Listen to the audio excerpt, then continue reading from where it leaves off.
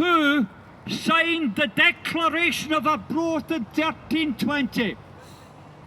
Now, we're actually still waiting on the convoy to arrive, but time's gone on, so we're going to start the event, and hopefully the guys in the convoy will join us later.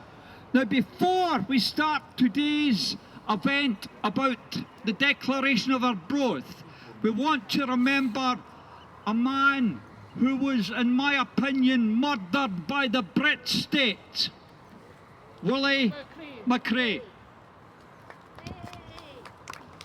Now, Willie was found dead in 1985 on the 7th of April.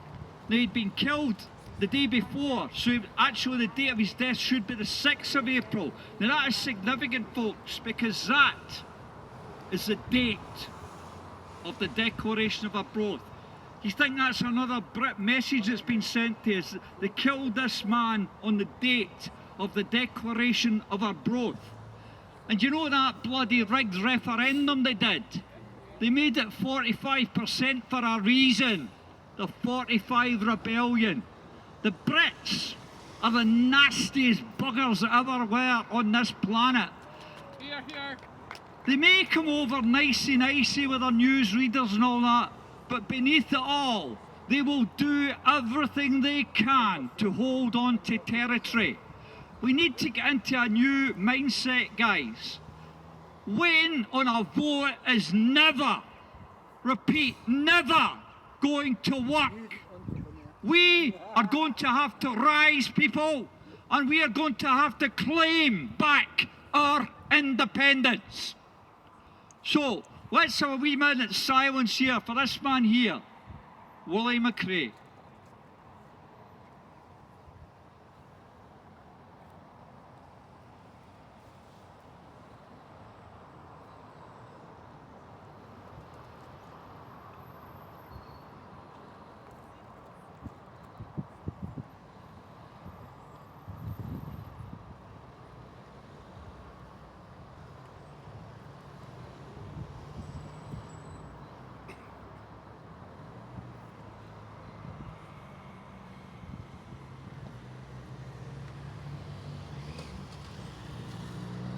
Okay, folks. Right, the Declaration of Arbroath. Let me tell you the opening paragraph in the Declaration of Arbroath. The divine providence, the right of succession of the laws and customs of the Kingdom of Scots, which we will defend till death. Yes, folks, we used to have people in this country that would fight to the death to keep this country free. 6th of April 1320, they made it clear they would fight to the death to keep this country free. What's happened to us, folks? Look at us now. Whether we believe it or not, we've all been conditioned to a certain extent. We're frightened to take the action that's necessary to free this country. We've got to show them some bloody resistance. We've been up in front of Westminster many times. Some of these guys here, they're some of the best members of the Scottish Resistance, Phil and Tracy. These guys go up in front of Westminster and we give it loudly. We've been in front of the BBC headquarters down in London. And what happened when we went there?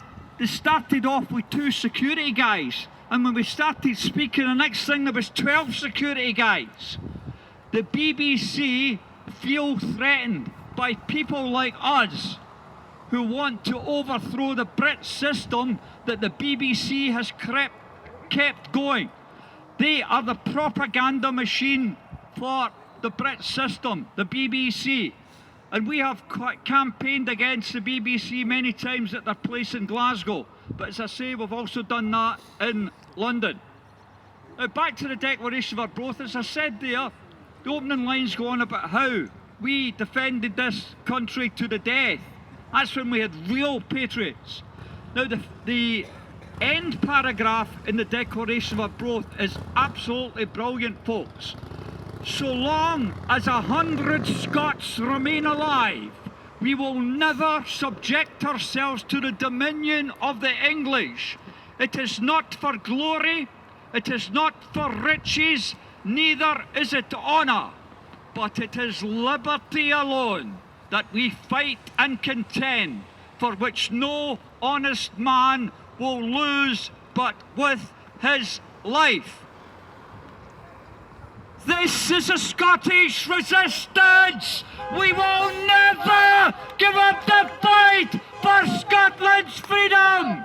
Never! I'm now going to introduce the first singer, Gib Mack. Are you there, Gib? Gib was really brilliant at our event to remember Matt McGinn, the famous folk singer, in January. Are you going to give